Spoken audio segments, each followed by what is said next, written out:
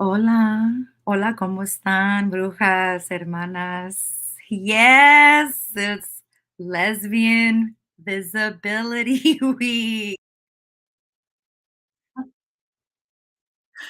Let me get this icon out of the way. Oh, yeah, so I'm talking about actual lesbians here, though. This is a space for actual lesbians, and I'm really excited to talk about this particular topic that I put some slides together for y'all. It's gonna be a lot of fun. So I hope you can bear with me as I continue to learn gadgets. I like I said, I'm so happy to be featuring this particular topic. We're talking lesbians here. Two of my favorite things, women and loving women.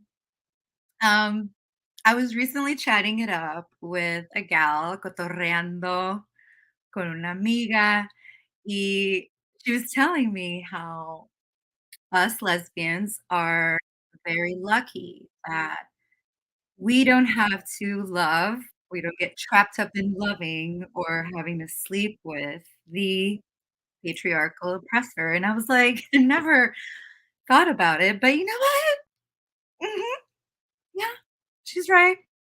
Absolutely. It is nice, but women are human too, and we're very reptilian. I keep talking about the reptilian woman. When it comes to love, we can be just as foolish, just as desperate and mean and obsessive. And so for this video, I want to talk about what I've learned from lesbian culture from an American and Mexican perspective. I wanna share a little bit about my own lesbian coming out story, because it is actual Lesbian Visibility Week, and I also wanna talk about oh gosh, I I have pictures, so gonna be very cringe-worthy for me. I also wanna talk about how really titillating lesbian dating can be. How fun and intellectually stimulating loving women and getting enmeshed and merging with women can be. I want to give young lesbians and single lesbians some curated advice for what it's worth from a seasoned one that has been out for over 30 years. So I think, I don't know, I got to master the art of dating, and it is an art. Um, and I was able to find long term partnerships along the way. And I've been with my wife now for 10 years, still hanging in there. And so, for what it's worth, yeah, I'd like to talk a little bit about the art of dating, lesbian dating. Because I know I'm about to sound a little biased, and I don't mean to. I don't mean to be mean to anybody, but lesbians, if you are not working towards partnership, towards intimacy, towards relating with someone intimately and trying to make a go at it, at a happy little merger in this crazy, expensive patriarchal world, like, what are you even doing with your time? I'm in my 40s, but I've been married for about 70 years in lesbian time. Um, and so I don't know, I might be a veteran of love, una chola veterana del amor, quizás. Um, I have a little experience, right? Uh, it's been a wild ride. I've had, I think, very blessed life as a lesbian. Um, hasn't always been easy. I have experienced homophobia. I've seen how uncomfortable some members of society get when they see 2 women together. So what are lesbians? Let's talk about that. Lesbians are adult human females who love and burn with passion for other adult human females. Or pearls. I recently saw this and I thought this was adorable. Absolutely. Being a lesbian is exclusionary, excluding the use, want, or need of a male member. A penis. They're a penis exclusionary actual lesbian. The the world has many names for us. Lesbic, I think it started out as, and sapphic, um, to describe the behavior of lesbian women that has always been seen. We know this, homosexuality is not anything novel to human behavior.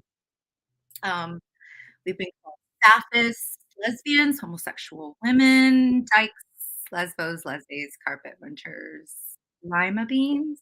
I never understood that. In Spanish, I've had to endure meaner labels. They're just everything I think is just in Spanish just sounds and is meaner. Words like buchona, lencha, parimacha, manflora, y tortillera, which means tortilla maker. I never understood that one either. Um, these days, I'm still very comfortable with the word lesbian. I love it, even though there's a lot of, uh, speculation that, the Isle of Lesbos was not necessarily inhabited by lesbian women, or Sappho might not have been a lesbian, whatever the case may be. This is the name that probably some dude assigned us, right? Um, I like lesbians still. Same-sex attracted woman is also something that I've started embracing. Not lesbians are people like this. Rachel Rachel McKinnon, this has-been loser cyclist who ranked quite low, as they do, and decided that he needed to be a woman in order to compete with women who he knew he was gonna be Rachel McKinnon. What is it now? Veronica Ivy. Is this a lesbian? No, not a lesbian. Not this one. Nope, could never be, because this specimen right here is a man. Let's talk about this one. Drake, who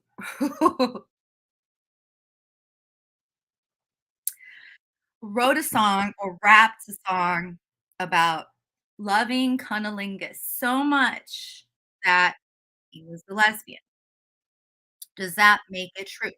No, no, Drake. You're not a lesbian. You're a man who loves cunnilingus, and that's it. And that's okay. What about this one? Who kissed a girl couple like, what, a decade ago, liked it, the taste of her cherry chapstick, and then later went on to marry Russell Brand. Is she a lesbian? No, not this one either. Not lesbian.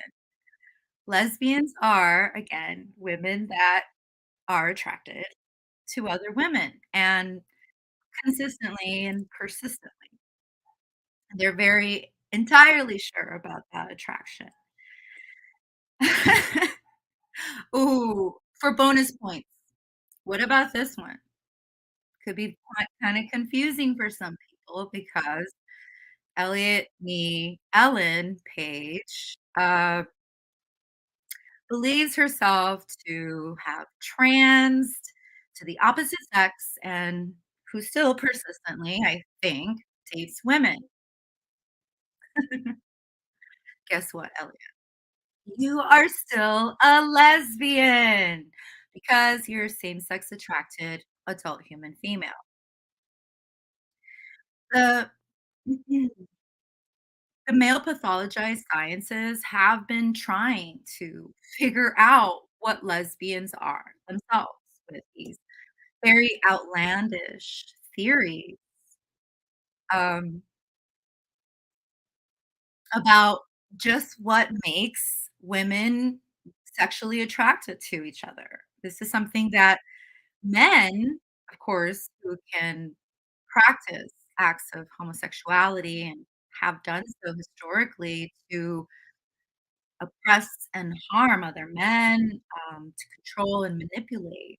They use these homosexual tactics, if you will, behaviors. Um, it's amazing that a lot of scientists in more modern times are and have been still trying to identify the causes of lesbianism. They used to think that uh, even women that enjoyed more masculine activities and, liked to dress more in more non-conforming ways were just more comfortable and didn't like all those uncomfortable clothing that women have been put in, even women that demonstrated those propensities, those preferences, they were believed to have been lesbians.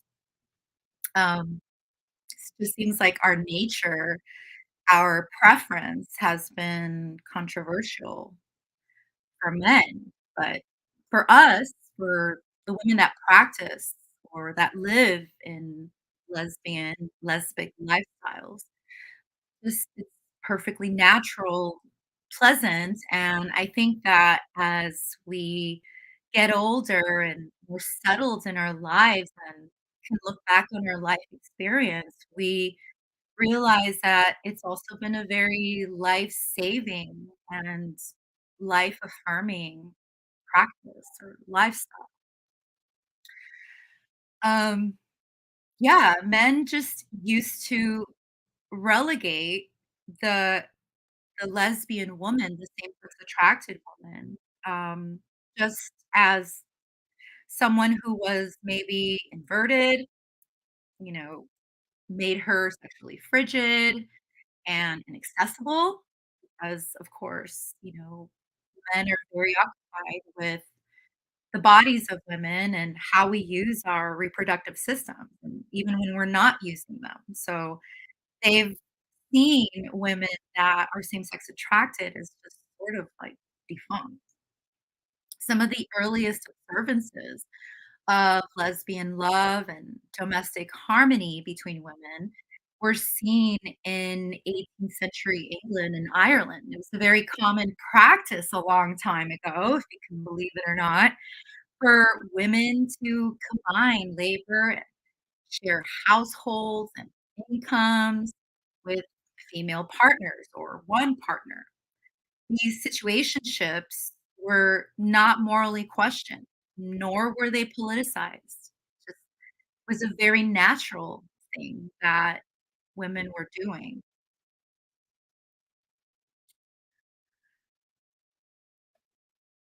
We have here these, examples from more modern Western society, such as in the United States here. This is something that I've observed as a Latina, the lesbians and lesbian culture in Mexico and in Latinidad in general, it's not the same as here in America.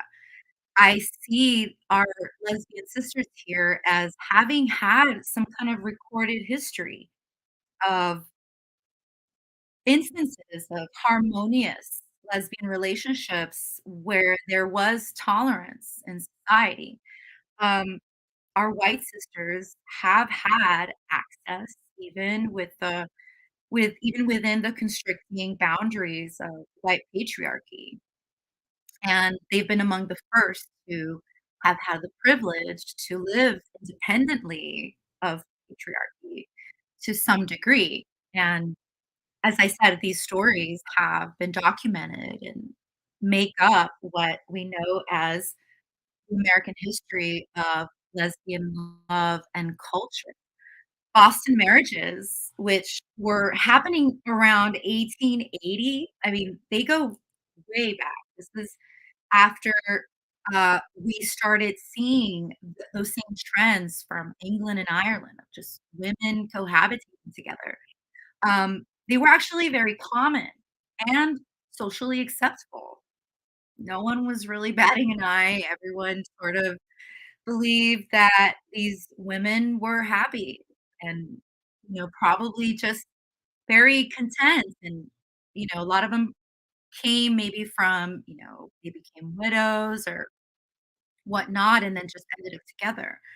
Um, Sometimes these relationships were, though, intense and romantic and more than just friendships, even when women were this isolated and, had just stronger preferences for female companionship. It was something that we can observe were happening, women that were thriving in these relationships. Um, Even in the early, all-female colleges of we can even go back to, like, the Edwardian era. This was definitely happening in mid-century, um, but the colleges in America, going to the Edwardian era even, um, the all-female colleges, when colleges really truly were all female, um, there were these, relationships called Wellesley marriages that would spring up, among the American private liberal colleges, and it made it easy for like-minded women who were career-oriented and wanted to stay in the academias, just live out very happy, male-free, very fulfilled lives with each other. This was a way in the colleges that women found themselves able to sustain lesbian romantic love and just focus on their education.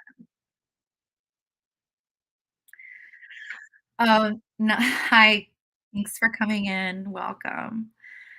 In radical feminist discourse, we have tried to analyze lesbian variants, okay, such as, like, the primary lesbian, the idea that some lesbians are born lesbians, um, or the elective or political lesbian, okay, even the late blooming lesbian has been discussed and analyzed in radical feminism. Are these practitioners of same-sex love? Are they authentic? Are they the real thing?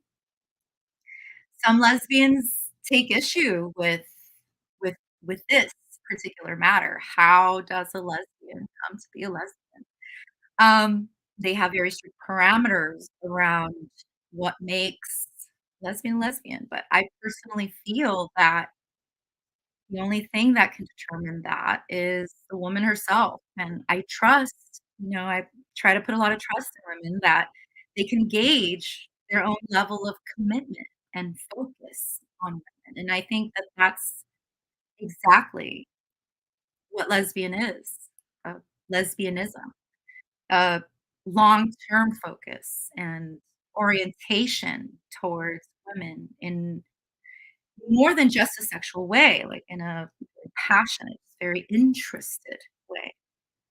From my own observations, however, what sets curious and fluid women apart, I think, from bona fide same-sex attracted women, lesbians, Saphists, is we do tend to have generally very separatist lives, extremely female-centered and focused. We aren't personally embattled with men either. We don't we're very limited in exchanges with men, and it's not because we hate them, lesbians are not all man haters. Mm, but I think it's just our natural flow, our gravitational pull. It always moves towards women. Um, we're not feeling either, or we didn't escape heterosexuality. That n I never had a sense of that in all my life, that this was a refuge for me from men, and I can have a fulfilling life in lesbianism. I didn't feel that way. It just felt natural from a very early age. But I can understand too if more women, begin to gravitate to feminist mergers. I kinda like that word. Or maybe practical couplings with women, because it is a really crazy world. Homosexual love has been dubbed the love that dare not speak its, and there's so much truth in that. There's also so much intensity, I think, in same-sex love. I've seen this with the guys too, but we're not talking about them. As you can imagine, women are driven by passion and emotion, facts, and ways that women love women are as varied as the ways that lesbians express themselves. I talked about this in an early video that I did, and I just wanna show you a clip because I go into the many subcultures even that lesbians have in the butch femme dichotomy. I mean, you have your varied expressions of masculinity in women or lesbianism, but just in the small subculture that is the butch femme practicing culture, um, we see just so many more levels of expression, and I really wanna show you this video 'cause I think it's pretty cool. It's a short one.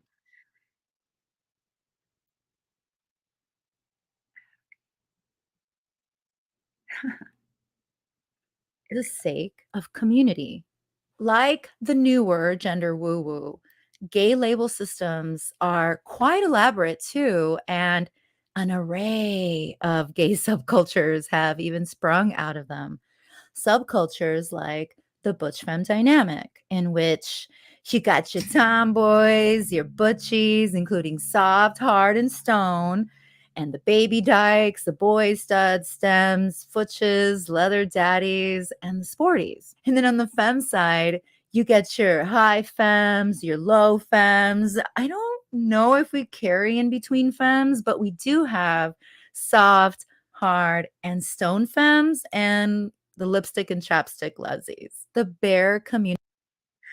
There it is. I mean, there's so many different variations of the butch femme expression. So I I personally am a practitioner of the butch femme dichotomy expression.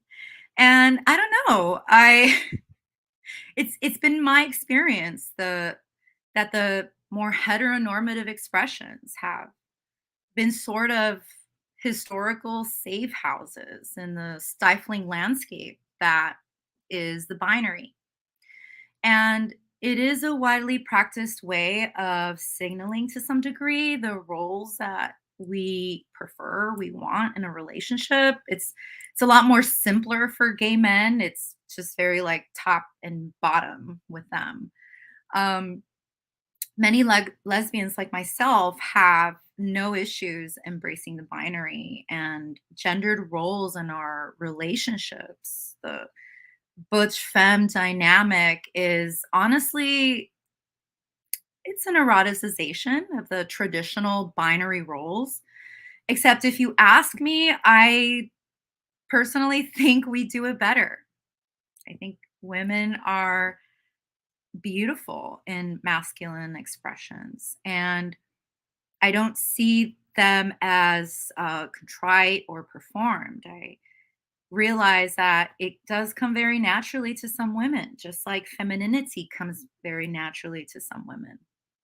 Um, and I think women sort of they hone a softer version of masculinity that I find captivating, and I think it gives us a variety of ways to express attraction and passion and have fun with it. It's always been hard for lesbians to find and meet other women like us, like exactly like us, super woman focused and in a real, like living in a real lesbian continuum. I'm a bi exclusionary lesbian, and I'm pretty firm about that. Just given that I've lived a little and I've come to understand my own parameters. Very, very bi exclusionary. Um, I don't date bisexual women and have been lucky to have mostly had partners that are also bi exclusionary, which I just personally find to be more hygienic and more emotionally logical. But that's just me. This is what made lesbian meeting spaces so important. They were really places that invited lesbians, like the real ones, the real of us, and not just to drink, but really to build our communities that we weren't able to find in our day to day.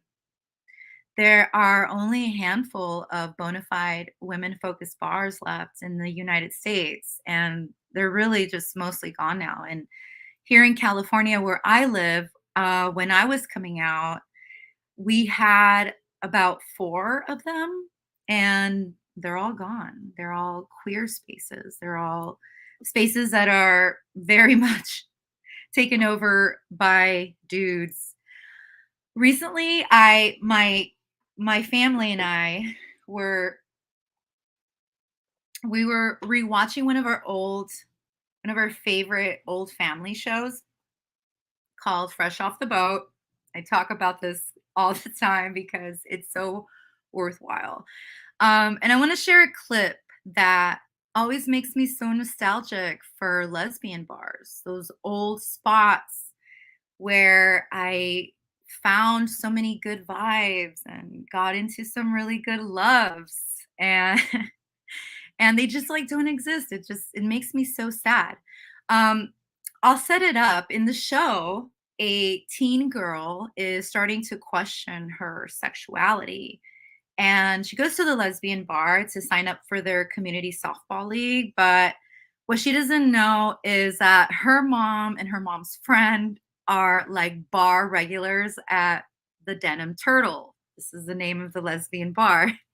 They're already regulars there because it's like their preferred man-free zone where they're not gonna get, like, bothered, and it's just a really funny clip. I really want you guys to see that. Here we go. Let me set it up.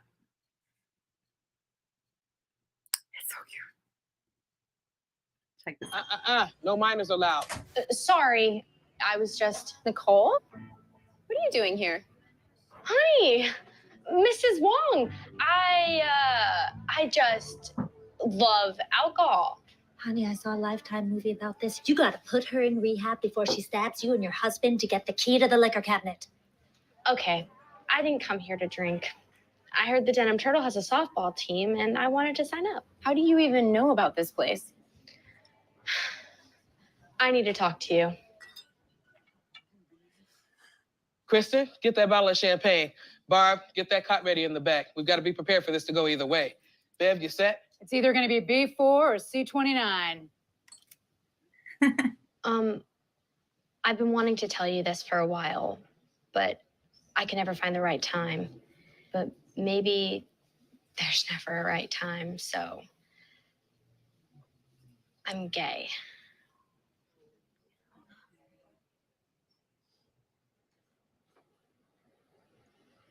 Nicole, come here. C29, baby.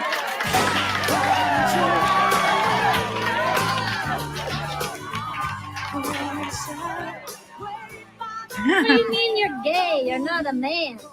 Oh, you're not a man. You mean it can go the girl way? It can go the girl way. Oh, what a classic scene. I really miss those days. Um,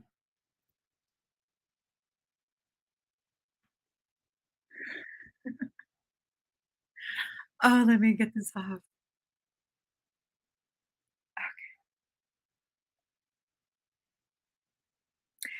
I really miss those days. We've had to resort sort of to what it was like probably in the olden times where people would just meet in old secret parlors and smoke rooms with where like all the tomcats go at night and meet at people's houses now because, it's there are no places exclusively for women. It's so hard to create them. And also the LGBTQIA plus plus politics have made even more private events kind of tricky because you don't really know where people stand with just this divisive and very political environment right now around gay and lesbian topics.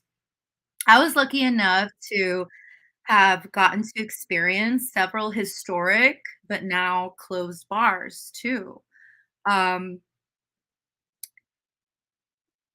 the Lexington in San Francisco, I was lucky enough to have gone to this club, and it was really historic. It had been around for a long time, and it was a spot, of course, the tiniest little hole in the wall bar that lesbian bars have always been. Um, but it was epic, and the vibe there was super. It was always cramped. Even the bathrooms were cramped. I also got to go to phase 1 in Washington, DC. This was a lot of fun too, another little hole in the wall. It recently closed in 2016, unfortunately.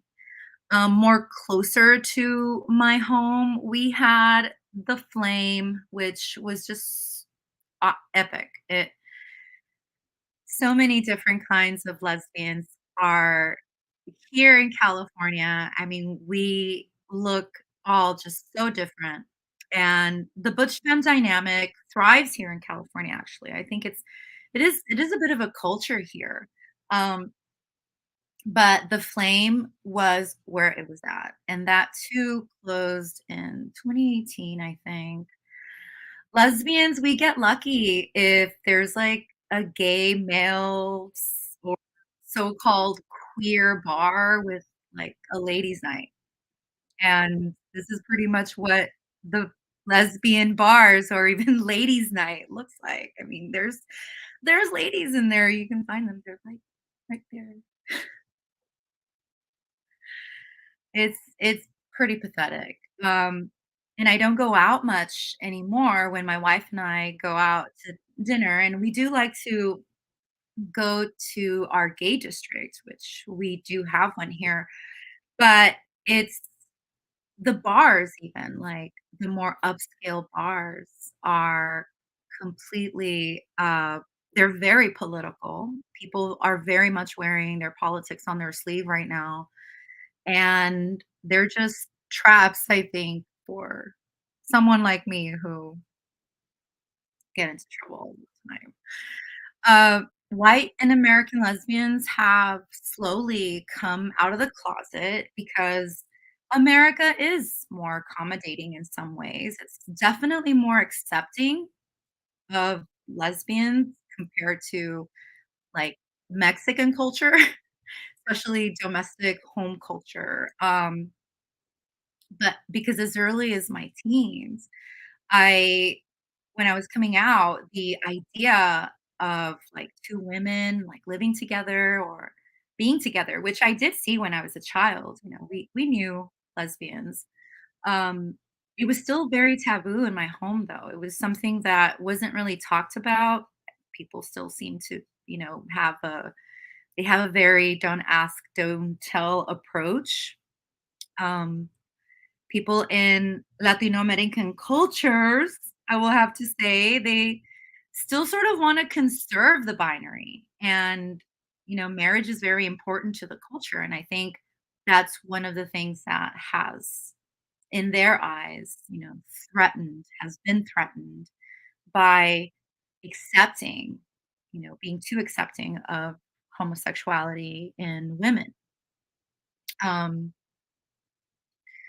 the idea of love and long-term marriage and long-term companionship played a big part in my coming out, in the objectives that I would have, that I've always had, and the mindset with which I walked into even my earliest relationships with. I think it's because I come from a more traditional, conservative and again, binary accepting background that I've always wanted to be married. I've always wanted love and that entire romanticist, overdone idea, the ideal of romantic love.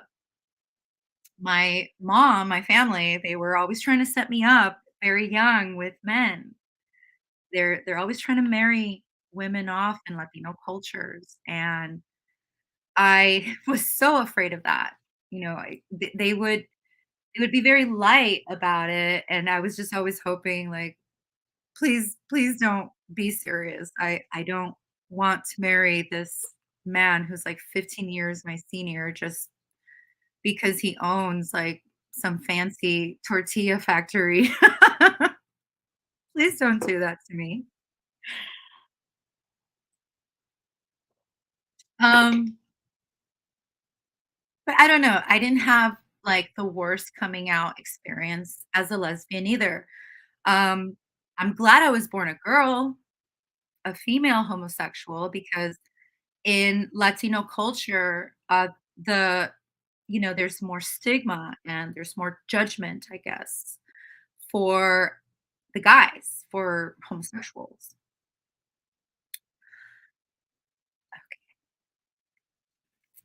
But things started out pretty heteronormative, I guess, pretty normal. Uh, Sticking girls in poofy and seriously goofy looking dresses is just the norm in Mexican families. But, I was also a tomboy. I like to be out. I had a lot of boy cousins, and we were always outside and being very rambunctious and, shoving each other. And I was never afraid to, be as rough as the boys. No one was discouraging me from it either because I don't really even think that they were watching us most of the time play outside. But I watched my boy cousins and I watched how much privilege they had, and the more masculine that they were, the more they were favored. Hi Peach, how you doing? Um, so, but it was back to the dresses and all of that foo-foo stuff, and being Catholic was just another layer of difficulty in my just overall female experience, but definitely my homosexual female experience. Meant more dresses, but of course, it was very icky exposure to church culture, especially Latino church culture, which I can get into that another time. In the general, homosexuality is not accepted in Catholic or most Judeo religions. It's gotten better, but not back then. I was sexually molested, and when I was 6 years old, and this resulted in sex distress and sexual angst, what today we would call gender dysphoria. This was a very uncomfortable time for me, obviously. I It was very difficult for me to see pictures of this time, and I have other pictures where I was, like, really hyper masculine. And it's really difficult to look back on dysphoria when it affected you and when you remember traumatic events, and especially like the classroom where people weren't, they weren't accepting of what you were doing. I was called the the F word all the time, like the FHE word all the time, and uh, was always picked on for my looks. The penis envy was really strong in this picture, but so was the realization that I was attracted to girls, and a big part of my wanting to be more masculine and, discover more of a masculine side and sort of channel my boy cousins and the ways that they acted, and, was it it was to get the attention of girls.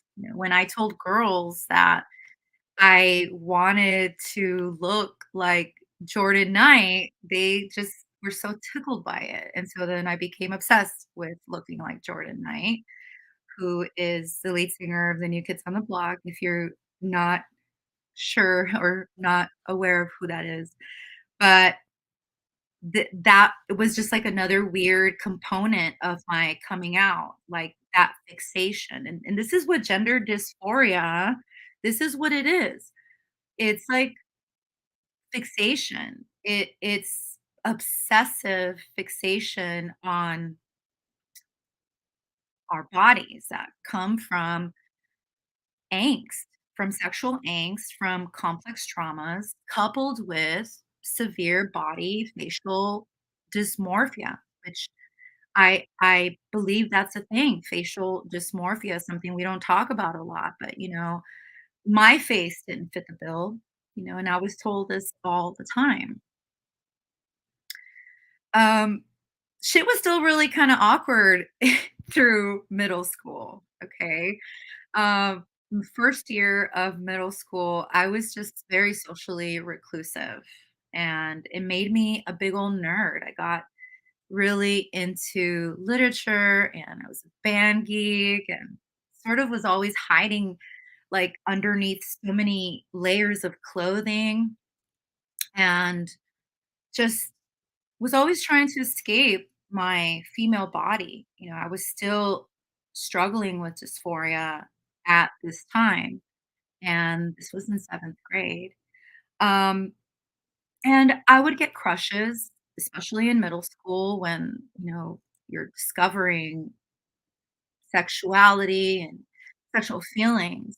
Um, and I was being stifled at home. This was, I didn't feel comfortable talking about my homosexuality at home. And my family were always, even at this age, they were always pressuring me to have a boyfriend, to be with somebody, and, you know, try. And it, even at this age, it was just not anything that I even wanted to talk about, really. I was so mixed up. But something really interesting happened, y'all. Like, this was things about to change.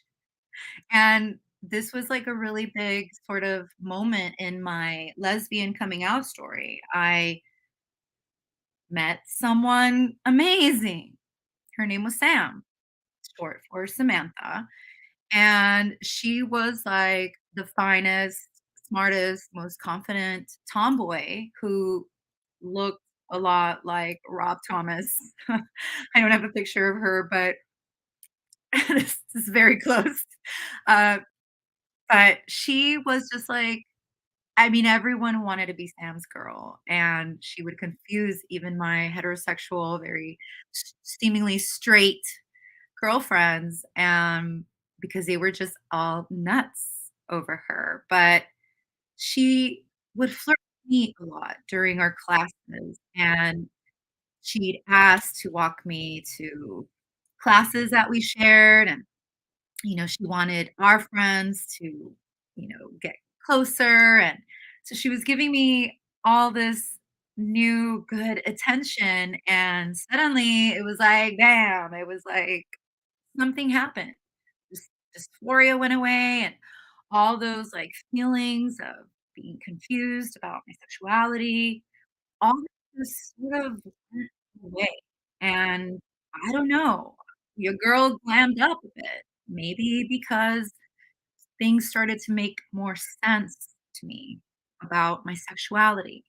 Meeting somebody like Sam who embraced her more masculine way of being, but was also very feminine. I remember she's probably one of the most feminine butches too, because she went on and became a mom. And but um there was something about her that just made everything just really cascade, like in understanding that I was who I was, and I was interested in women like Sam. And there was this sexual chemistry that I had found that her and I experimented with a lot during the next few years.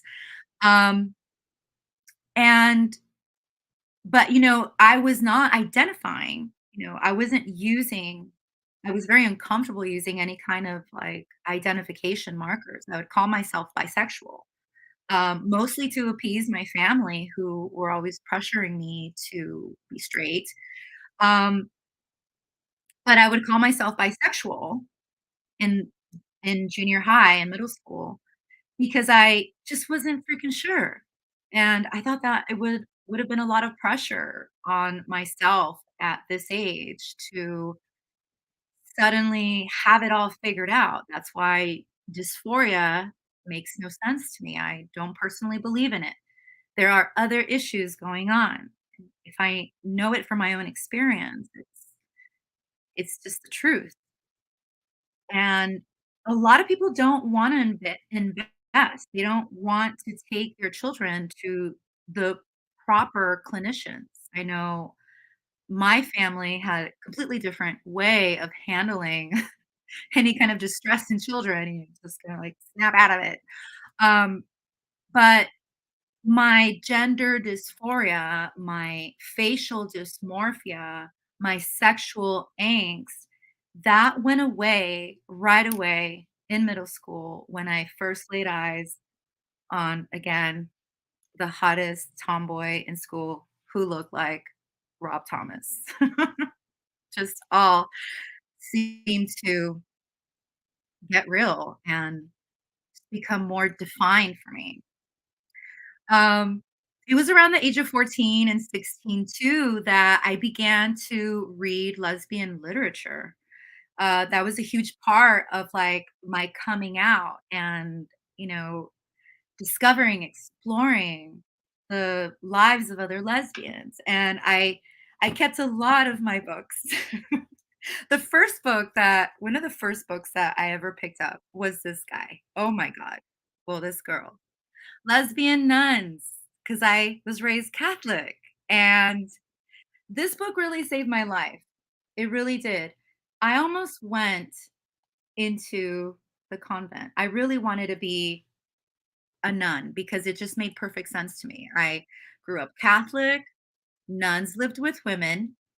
they went away to a pretty convent up in the hills near a winery somewhere. They read books all day, chanted, and cooked and ate together, and so, naturally, I wanted to be a nun.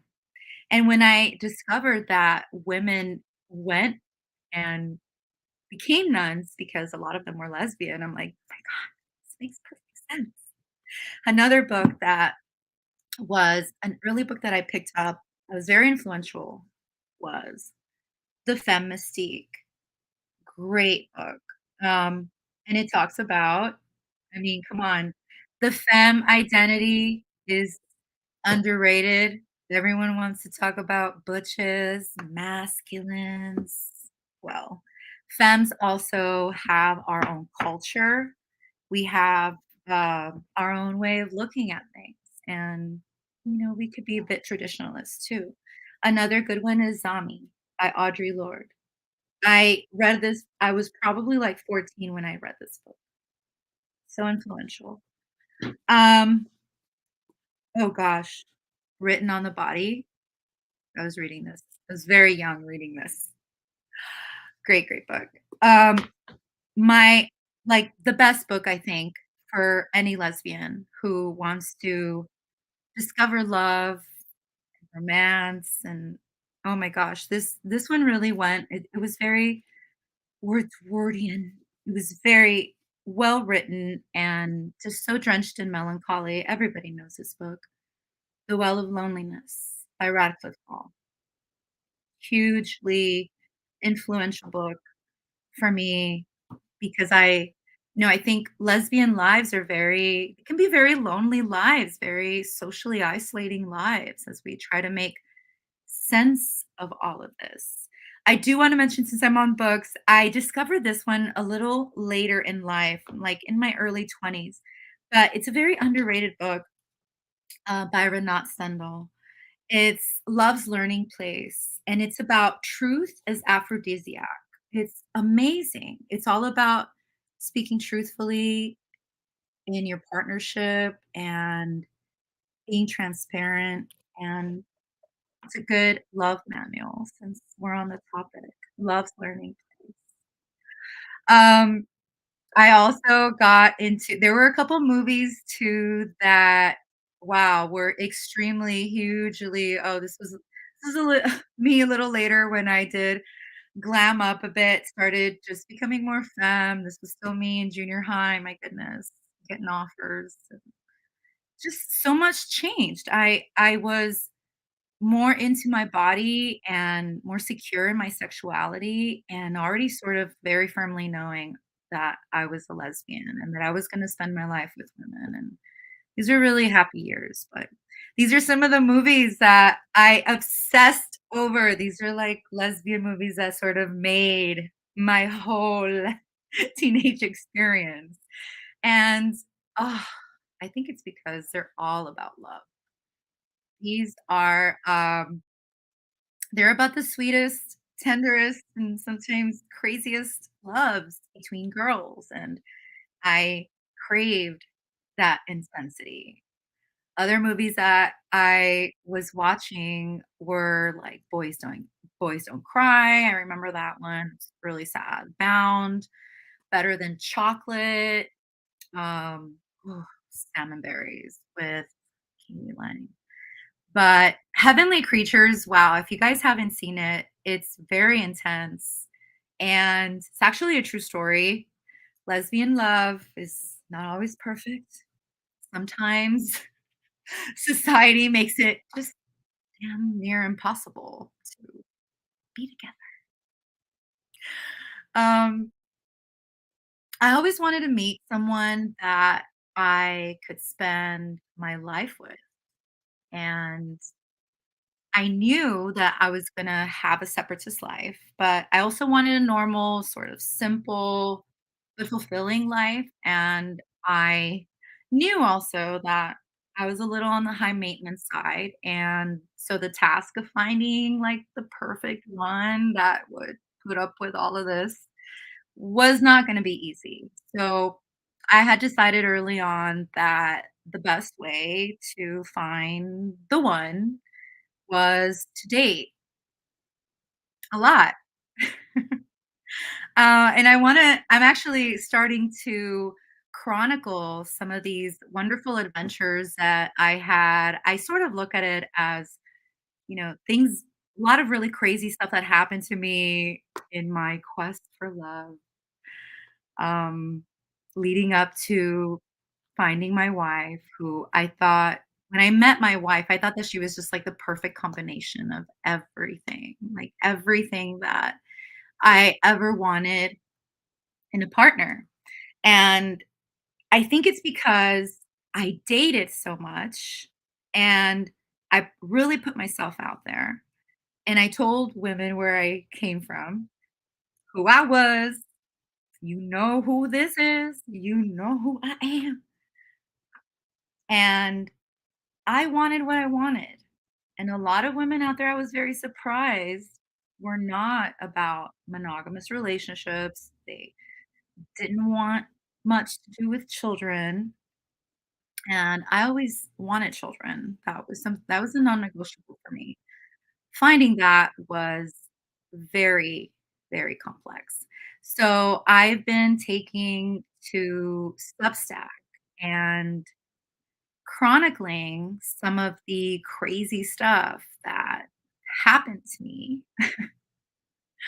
Um, and I'm going to be using this particular series, the Turf Wife Chronicles. I want to use it as also as a platform to talk about lesbian dating. So if you are not following me on Substack, please do. I'm going to go into those really fun, adventurous, sticky years of trying to find long-term partnership, which I know that in the lesbian community is not easy. Believe me, I know. You don't know what a girl had to do to put herself out there. But please do check out that Substacky. Um, One of the things that I can tell you with certainty is that dating is an art. And I hate to say that. I hate to say that women are not particularly good at this art. And I don't know, just I feel like women maybe perhaps don't appreciate it very much. Maybe traditionally we're hardwired to have the other being, the other person, the other half do that work for us, to uh, maybe direct and be the one that invites and that motivates us out of comfort zones. I don't know. But it can be such a wonderful, such a lovely, and extremely sensual experience when you know what you're doing. Uh, Lesbians, I think, though, again, are pretty bad at it. And I want to be talking, I'm going to be talking more about the lesbian experience on that Substack. There's just so much I have to say. And so, really, please make sure that you check it out if you are interested in lesbian dating. But I have been married and committed to someone for over a decade now. And having had that, and what having had what I can look back on, was a fulfilling dating experience. I'm I've been thinking about, like, even, I don't know, gosh, what can you do with all that experience? I don't know. I've been thinking about being a yenta, like a straight up matchmaker. I've done it in the past, and I actually do. I'm quite good at it. Um I love seeing lesbians off into love and learning and dating. I've, like I said, I've done some matchmaking in the past, and I really think that the younger generations, especially the younger lesbians that I see talk on Twitter about the lesbian experience, like, I see that they want to learn. They want to learn more about sensuality and sexuality. And there is so much to learn. There's so much that we can get right and can give each other very fulfilling lesbian experiences.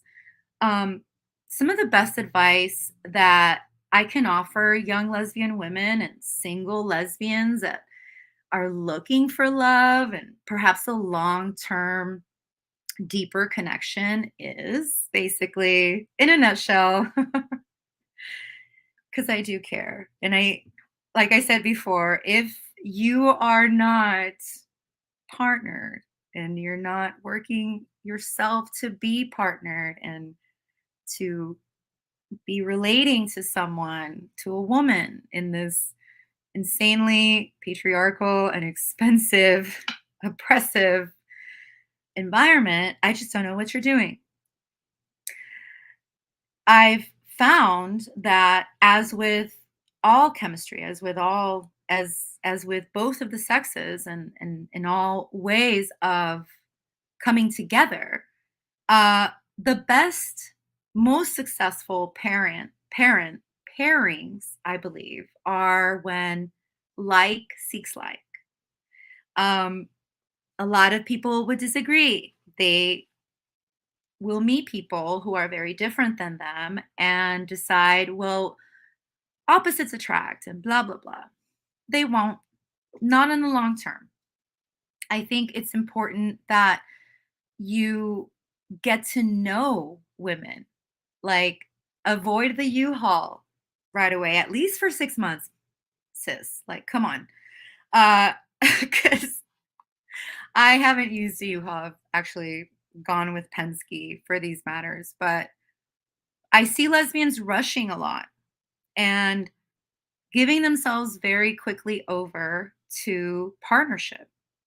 And yes, with female partnership, it can be very deeply intimate, very enmeshed, okay? And dynamics also are going to be challenging because we're not always the same. And though women do try to acquiesce more to one another, there's still going to be times that shit gets real. Um, because remember, like, I believe that heartbreak among women is probably one of the saddest, most deepest, and painful experiences, I think. But I think it is because women are so deep, so emotional, we're multi-layered. Relationships between us, they tend to enmesh easily. The kind of enmeshment where like your friends and your family have to go out looking for you because they don't know where you're at. You know what kind I mean. For you younger lesbians who are new to same sex romance, new love can turn into quick bonding. In psychology, we call this limerence. Okay, there's words for these things. We have to be real. It's really the limerence is the involuntary infatuation and sometimes obsession that many people confuse, especially women. We confuse it for love. And it might be love. I mean, there's a possibility, okay? But we are reptilian creatures mostly. So it's in the beginning, this feeling, it's basically like the hots. Okay? Don't get carried away. I see that a lot. And I made that mistake in my very early lesbian years. I thought that I was in love and the kind of crazy love that I was just like basically running through the streets. I'm in love. Um, I wish I could go back to many of those situations and sort of just say, oh, let's take it easy. Let's take it slow. Let's breathe. She's fabulous. She's amazing. She's all of that. But let's not lose our heads. Things are exciting when they're new, and it's all too normal. And it's a very common feeling to feel this way. But it's limerence, it's infatuation. It does tend to fade around 3 to 5 months. And that's how we know that it wasn't love, if it fades. But, if it survives, and we know, I think, then that's when I would tell these young lesbians, to invest if these feelings and this person remain something good and something positive past that time, 3 to 5 months. That's the kind of advice I wish I would have had before. Um, I don't know. It's Lesbian love is very addicting. It's very fun, and it feels like you're high, and you pretty much are. It's those endogenous opiates, like our bodies naturally produced heroin, the dopamine that is running through us when we see someone, especially women. I mean, who are soft and beautiful and all of it. It's very easy for us to become addicted to to those visuals, to the touching, to the possibility of getting closer. This is why we women tend to move very quickly in the beginning of lesbian relationships. The U-Haul jokes are reality, but like I said, I've only used Penske. What I see that today's lesbians are trying to mitigate the most are not understanding the distinctions between lust and love, and letting the state of limerence blind them, just seriously, to the point where they don't see red flags. And between women, those can be hard to see. Women can be very forgiving. Breakups are extremely difficult between women, like earth shattering hard. There's a lot of push and pull in female relationships, and great sex, and that entire layer will definitely complicate and blind us even deeper into relationships that might not be healthy for us. So I've always said, I've advised other women that if, the intimacy level between both of you is intense and high, it's a good idea to sort of step back and try to look at the bigger picture, because just because it's good physical chemistry doesn't mean that it's going to be long term psychologically benefiting chemistry. Um, yeah, it only just seems to warp us into fiending for that dopamine hit from this new drug, what we think is love. Thank you so much for sticking with me. Totally about to wrap this up. This has been a lot of fun talking about my lesbian experience, my coming out story. Um, After lesbian breakups, some women I've seen that, once they get out of relationships, they'll be want to be more cautious, and they won't want to get into another situation. And then there's those of us who will pick right back up and try again. My best and most utter, like my most utter best advice is don't give up. Don't get jaded. Keep trying. Just because you were hurt, you're going to have to buck up and maybe mitigate hurt with a little less of your participation. I think that people get really hurt when they feel like they've given too much and it wasn't returned back. But don't give up. I think love and romance are probably the only worthwhile things left. Okay. Even the heartbreak is worth it.